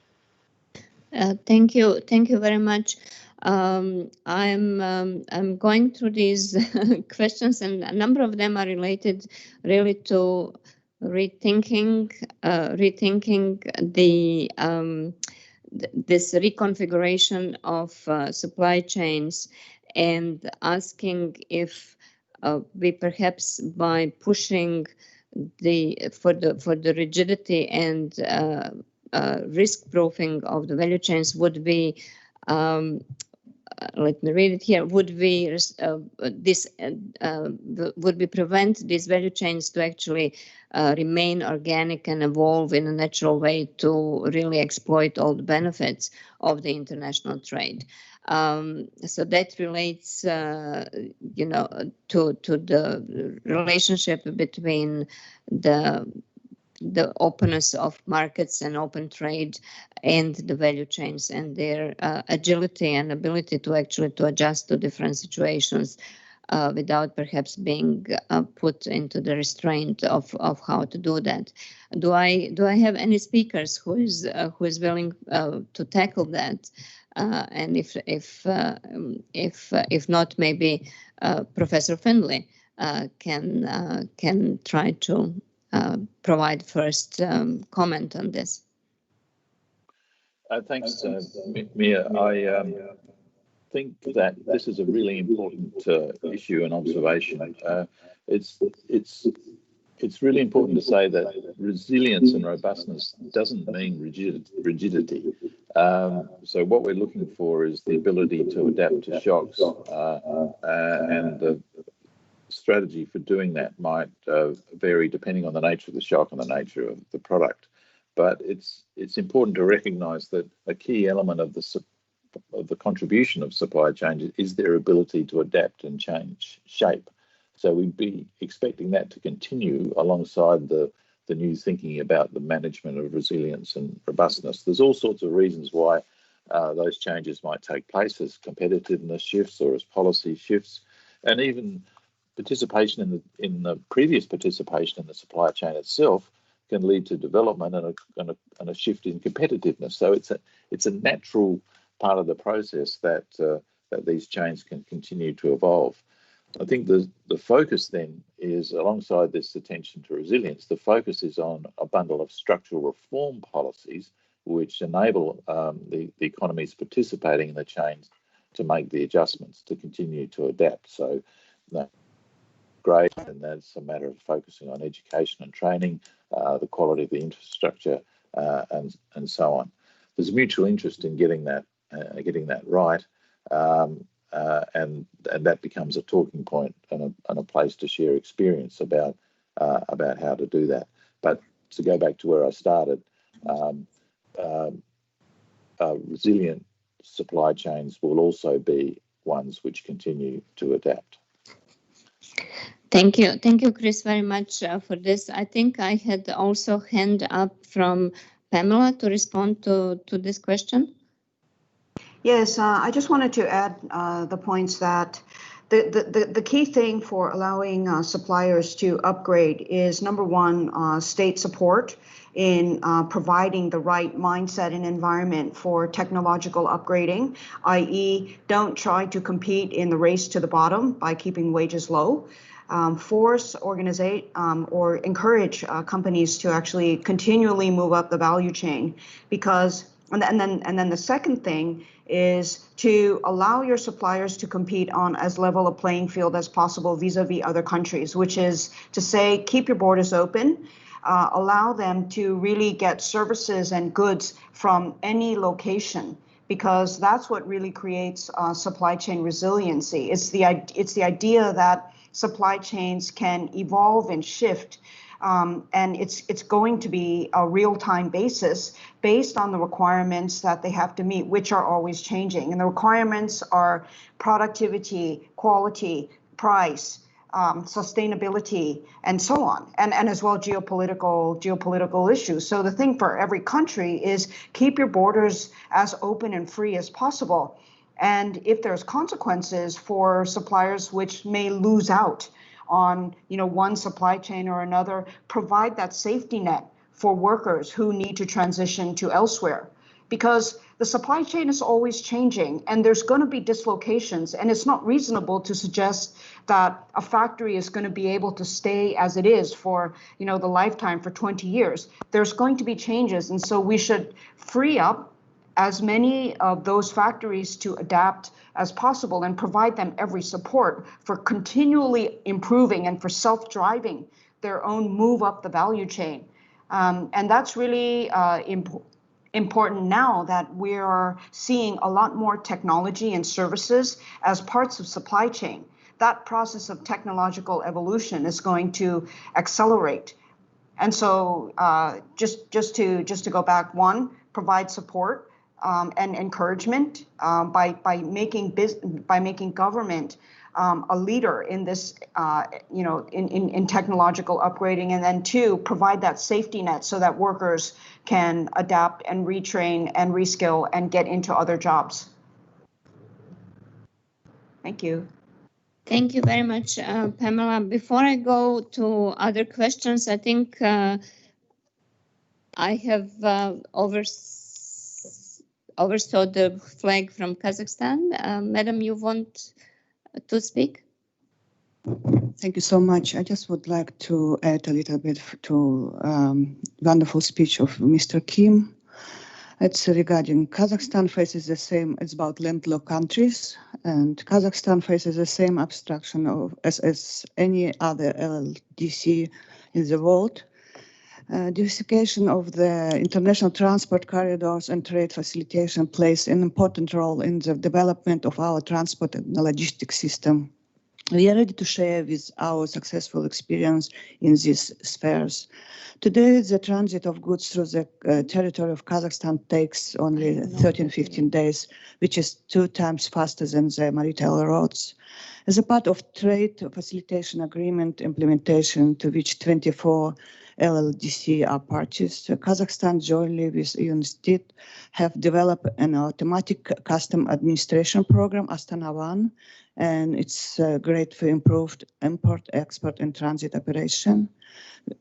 And as you know, we're supposed to hold, World Trade Organization Ministerial Conference in this year, which was postponed to the next year. And I think this ministerial conference in Nur-Sultan will provide a great opportunity for LLDC to speak with one voice to address the challenges raising the long lengthless, remoteness, and geographic constant, and to build on LLDC interest in the global trade policy. And that's why I just would like to, again, we are ready as a country, Kazakhstan, share our successful experience in these spheres. Thank you so much. Thank you, Madam Ambassador, for these reassurances, and we are, of course, thankful for the collaboration with the government of Kazakhstan on this and many other projects that we have. I have the next question. I'm sorry, I'm not naming the people that have raised the questions, just in the interest of time, but we have a question on that COVID-19 impacted not only economically, but also in terms of shaping social and political aspects. And the question is what we can learn from across the Asia-Pacific nations to overcome these triple crises together and in more solidarity. And I think Ms. Mare was willing to tackle this question. So, Ms. Mare. Thank you very much, Mia, for that question. Yes, aside from the economic impact, COVID also came with the social and political impact. After all, this is a health pandemic affecting human health, and so the social element of it is very much in the forefront. I think for the Pacific region, we recognize and our leaders recognize the need for our governments to act with urgency and to manage the risks associated with this pandemic on health of the population and, of course, the flow and effect to the economy. So in addition to the early lockdowns that they undertook, our region also strengthen regional cooperation in response to COVID-19. And an excellent example of this was the establishment of the Pacific Humanitarian Pathway by the Pacific Foreign Ministers in April. And the aim of this pathway is to coordinate the delivery of medical and essential supplies and humanitarian assistance into the region in the face of this lockdown, given that our countries are scattered, there are not enough flights across the region. So this was the regional mechanism established by the foreign ministers to assist our member countries to ensure that they have access to the essential supplies to prevent or combat COVID-19. And that pathway was established through cooperation of the Pacific Island Forum members, as well as our international partners such as the WHO, UNOCHA, as well as the relevant regional organizations that facilitate the deployment of technical personnel that help with customs and biosecurity clearance and the immigration clearance for personnel.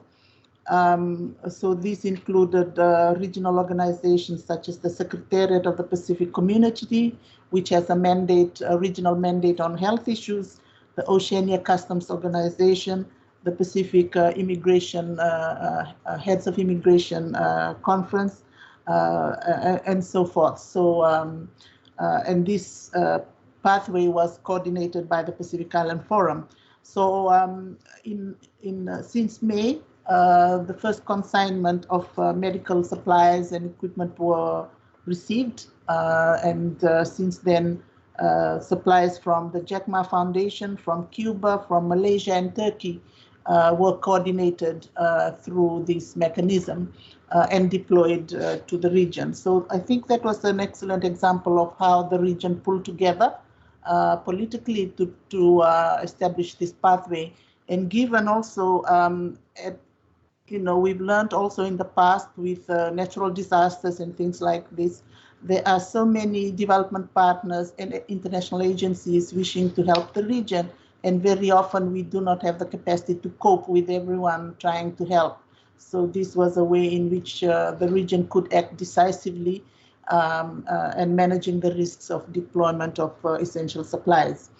Apart from that, I think, the social impact of this is, it cannot be denied, of course, with the job losses and loss of income. There is always the potential for increases in crime rate, increase in mental health situations. But our countries have been able also to strengthen their vigilance and monitoring of health processes and protocols relating to the pandemic, including domesticating testing facilities. Very early on in the COVID-19, we had to rely on overseas testing. So they've had to try and domesticate this to ensure facilities are available domestically. But, in the light of these challenges, governments and people also have become very innovative.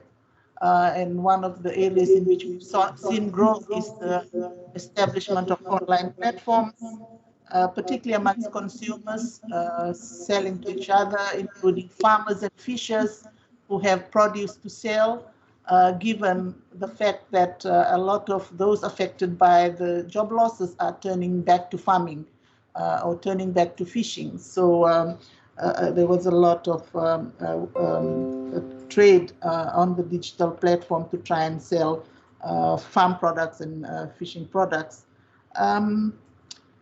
And also, I think the other impact.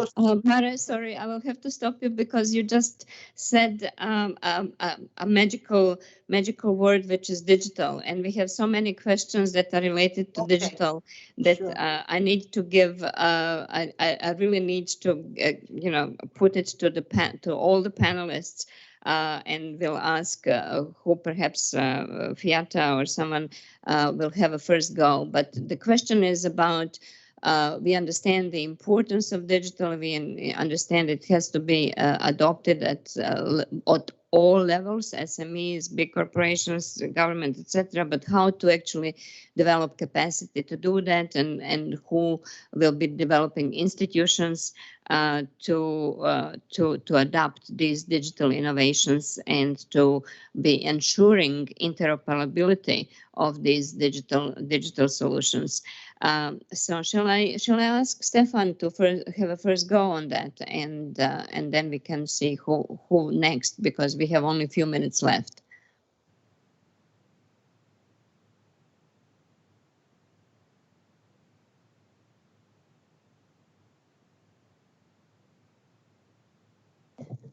Mr. Graber, are you still there?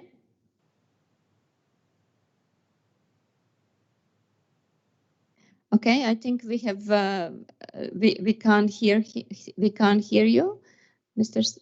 Graber. Can you unmute yourself, please? You have to unmute yourself. We can't hear you. No, he's here, he's speaking, but we can't hear him because he needs to unmute himself. Okay, while we are trying to push the right buttons, do I have anyone else wanting to have this, you know, big question cracked up?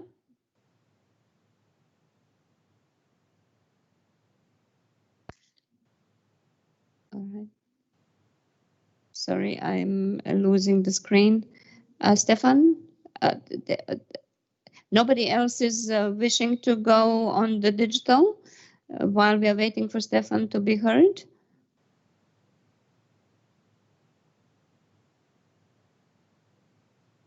Okay, I think... Sorry, Mia, if I may. Yes, please go ahead. Yes, if I may just start off that conversation and very briefly, Mara, because we have 4 minutes left for everything and we have one more speaker. Yes. Thank you. Yes, because for our region, we are very much behind when it comes to digital trade. We have to tackle infrastructure and policies like interoperability, e-payment system. A lot of our communities are still unbanked, don't have credit cards and so forth. So I think for us in the Pacific, the start would be government's role in establishing the right environment and supporting infrastructure, both soft and hard infrastructure to enable digital trade. Thank you very much, Mara. Let me try to see if Stefan is unmuted now. Seems not. He is. Okay. I think we have lost the opportunity, Stefan. Maybe you can type your answer in the chat box.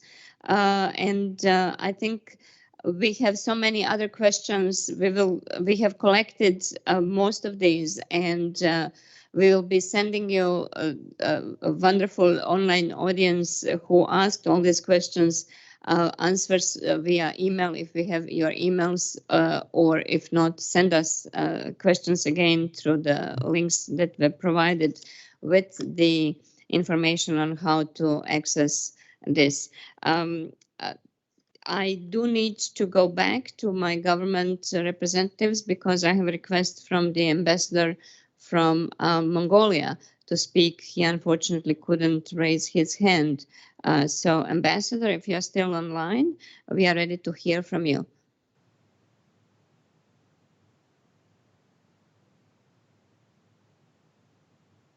Hello, can you hear me? Yes, we do hear you, and we do see you as well. Okay, thank you. Actually, I raised my hand before, about 20 minutes ago. My apologies, Ambassador, I did not see it. I'm sorry, this first time I'm using this video conference, and maybe I did push the wrong button. I'm apologize too. Well, thank you very much for INSCAP Secretariat for organizing this and commemorating of 75th anniversary of the United Nations. I really enjoyed the knowledge shared by the eminent speakers. Well, talking about the landlocked countries, they're concerned by the landlocked status, landlocked developing countries such as Mongolia, which heavily rely on the neighboring countries' seaports for the movement of goods and services to and from international markets, have faced the pandemic's economic reverberations more acutely than in normal circumstances. While many countries turn inwards to protect their economies, we believe that their response to the current crisis is to trade more with the outside the world.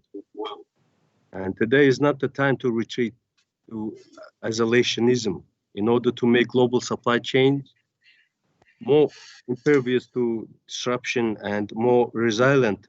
A more coordinated global plan is needed to further promote open world trading system.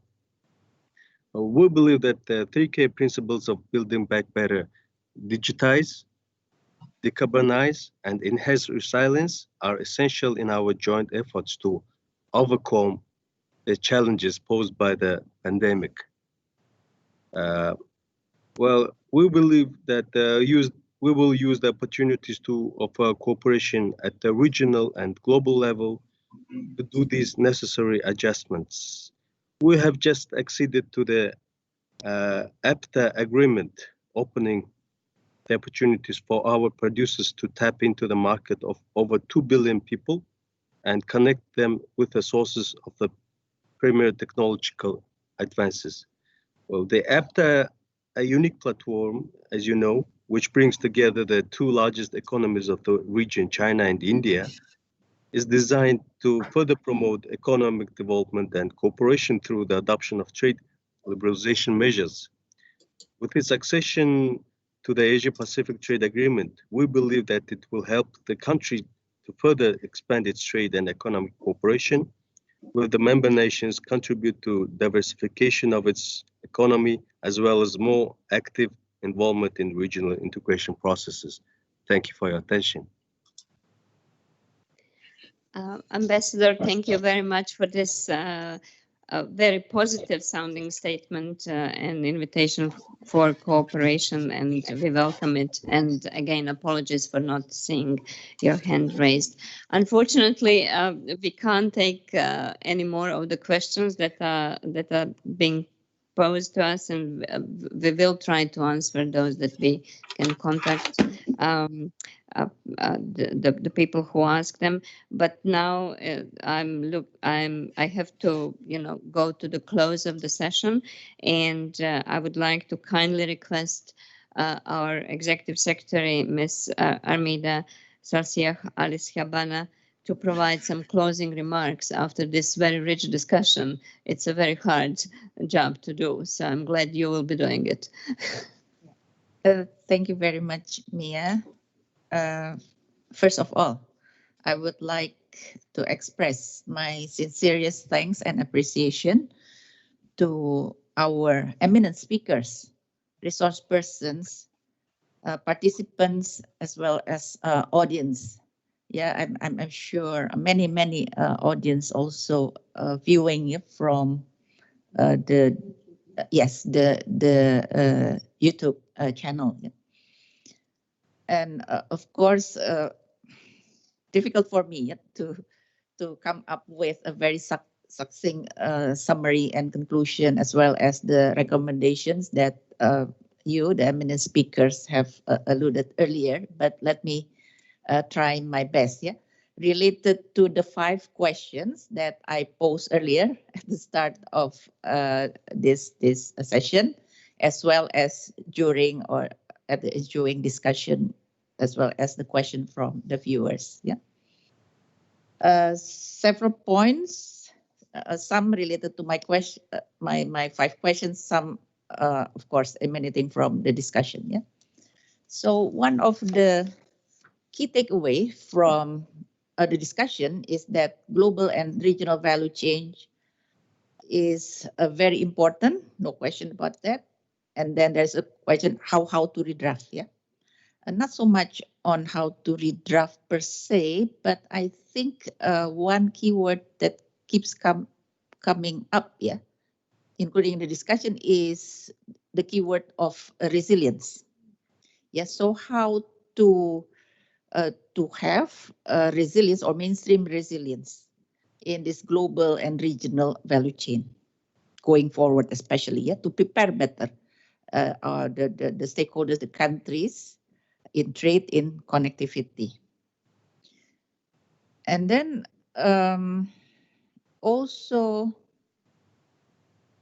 yeah, not so much trade-off efficiency and resilience, but let me go to the next one, yeah. And how to accelerate digitalization, yeah. Not so much how to utilize digitalization, that's very clear already, right? Frontier technology and so on. But the question is more how to accelerate it. So therefore, if we could relate that, yeah, to the priority of mitigation, priority action, yeah, program, the socio-economic impact of COVID-19, yeah. So one of the priority stimulus and so on or more on the investment is invest and cooperate among the stakeholders in accelerating the digitalization. Yeah, the cross-border trade as well as the connectivity. What does it mean, invest and accelerate this digitalization, cross-border trade and connectivity? It means not only, again, yeah, I'm repeating this, not only in the hard infrastructure. Oftentimes we only think, oh, okay, we invest meaning only in the hard infrastructure. Yeah, equipment, system, and so on. But equally also important is in the soft infrastructure. All these procedures, standardization, and so on and so forth, yeah, including to equip, yeah, and to prepare the people, the personnel, the operator, yeah, as well as the users. Yeah, so that's one very clear coming up from the discussion. And then the three element of the more sustainable value chain, resilient and sustainable value chain, and as well as connectivity. These three elements: digital, resilient, decarbonize. Yeah, and then all these principles must be mainstream. Yeah, in all the component, whether it's logistic, yeah, and that's trade related, trade, transport, and so on. So therefore, also needs joint collaboration, joint action by the stakeholders, especially the public and private sector. And in this regard, yeah, because we are at the regional level, yeah, we facilitate, yeah, the collaboration among countries and so on, support also countries. One particular maybe also attention support focus, yeah, is towards this LDCs, LLDCs, and SIDS, yeah, that we need to pay particular attention and support.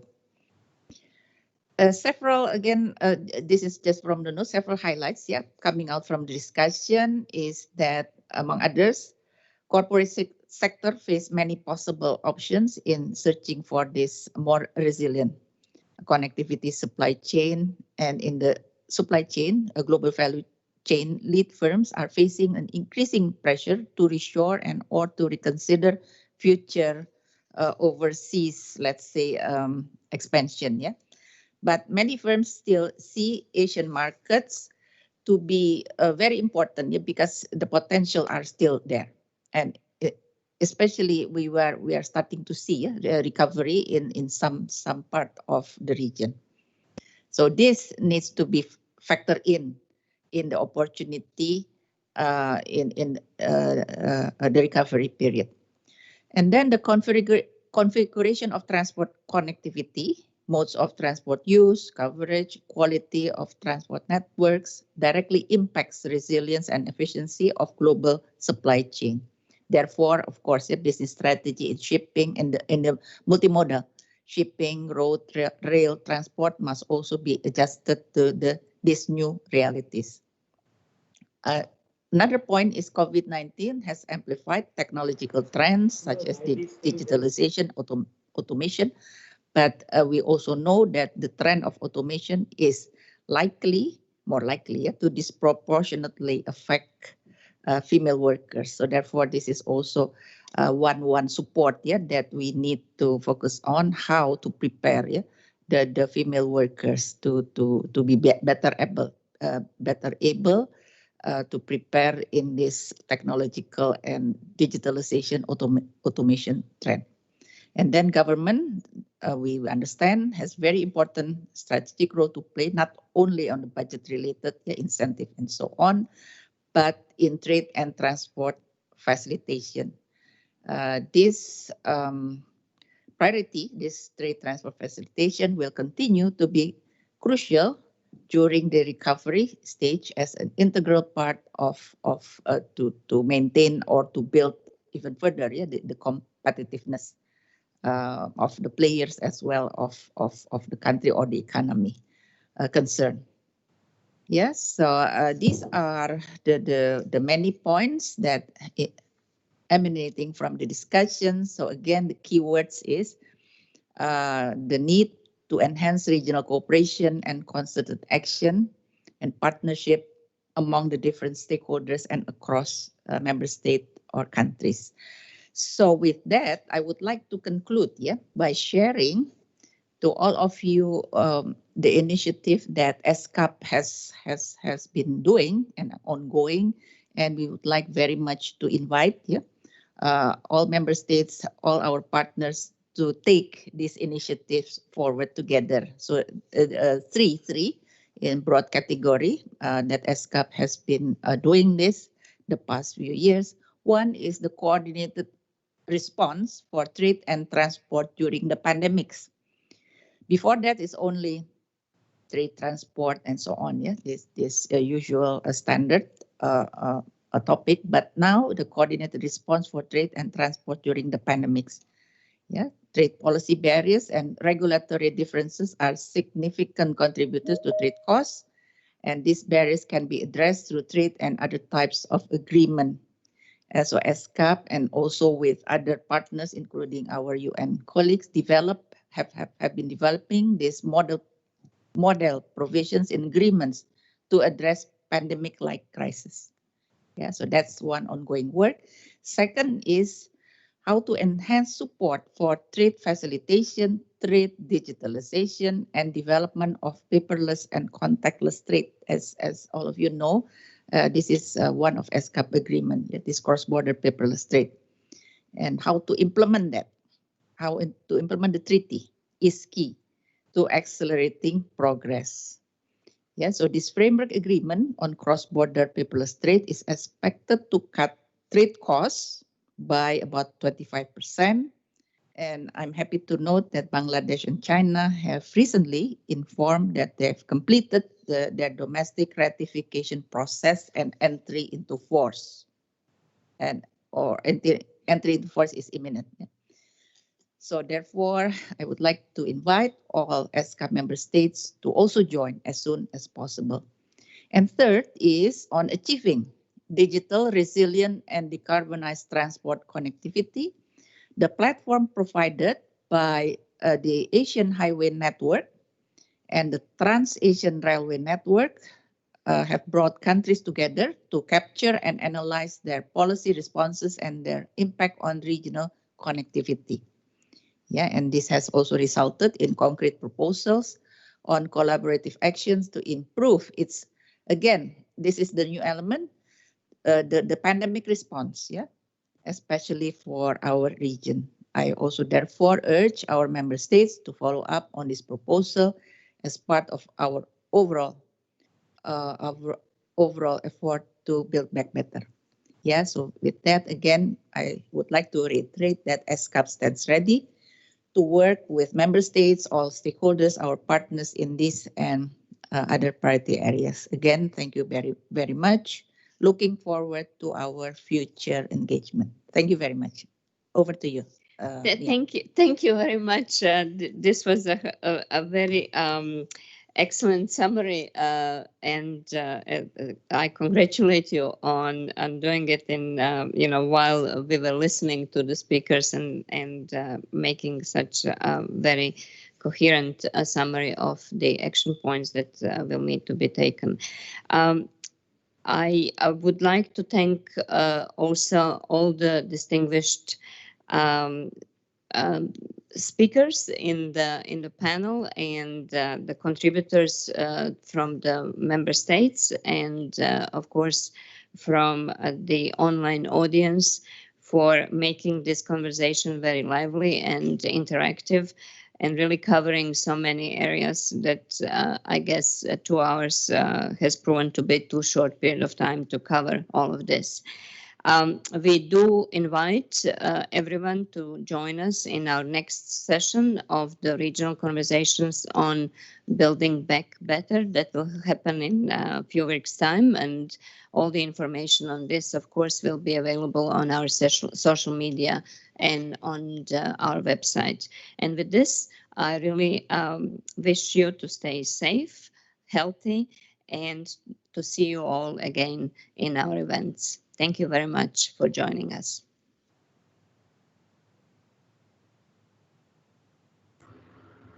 Thank you very much, Dr. Mimik. Yeah, thank you to the speakers, and apologies for ending a little bit late, but there were really questions that we wanted to ask and couldn't, so I will appreciate